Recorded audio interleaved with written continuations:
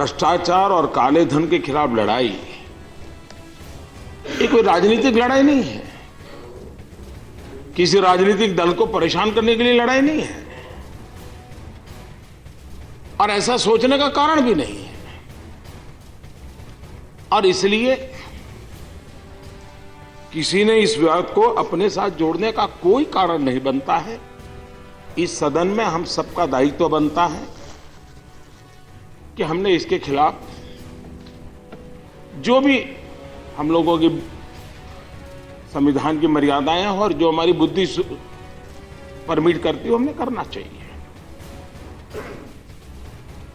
और ये भी सही है कि सारे पैरेलल इकोनॉमी के कारण सबसे ज्यादा नुकसान किसी का हुआ है तो गरीब का हुआ है।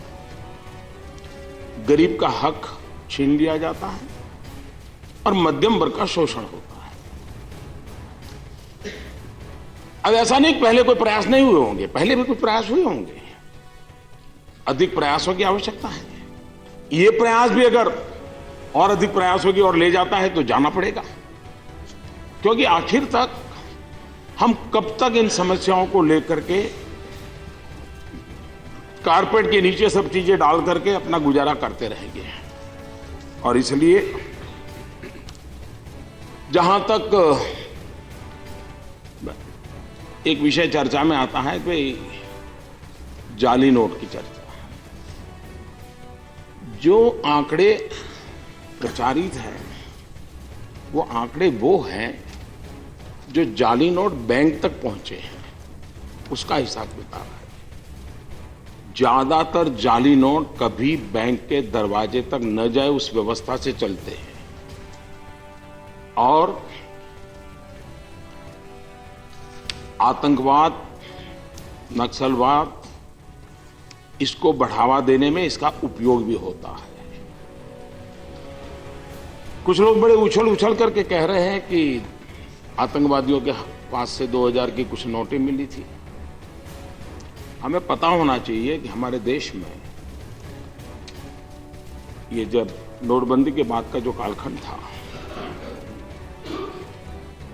बैंक लूटने का जो प्रयास हुआ और उसमें भी नई नोट लेकर के जाने का प्रयास हुआ, वो जम्मू कश्मीर में हुआ। क्योंकि जाली नोटों पर स्थिति बनने के बाद रोजमर्रा के कारोबार के लिए उनके सामने दिक्कत आई और जो नोट बैंक लूटने के कुछ ही दिनों के बाद जो टेररिस्ट मारे गए उसमें वो नोट हाथ लग गई। तो इसका सीधा सीधा संबंध है, इसको हमने समझना चाहिए और कोई कारण नहीं है कि हम ऐसे लोगों के पक्ष में अपना विचार क्यों रखें, कोई कारण नहीं है, क्योंकि ये लोग ऐसे हैं कि जिनके खिलाफ हमने एक स्वर से लड़ना ही पड़ेगा। ईमानदार व्यक्ति को ताकत तब तक नहीं मिलेगी जब तक कि बेईमानों के प्रति कठोरता नहीं बरती जाएगी।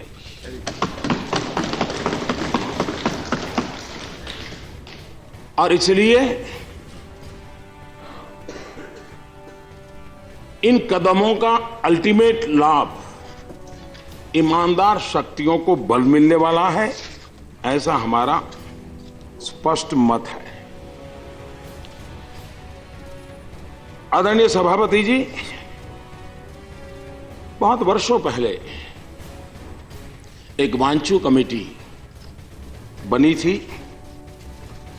और नोटबंदी के आर्थिक जरूरतों को संबंध में उन्होंने उस समय श्रीमती इंदिरा जी जब थी तब उन्होंने अपना रिपोर्ट दिया था और यशवंतराव जी चौहान उससे सहमत भी थे, उसको आगे बढ़ाना चाहते थे। लेकिन उस समय इंदिरा जी ने कहा कि अरे भाई, हमको तो राजनीति में है, चुनाव लड़ने रहते हैं। ये गोडबोले जी की किताब में है जी।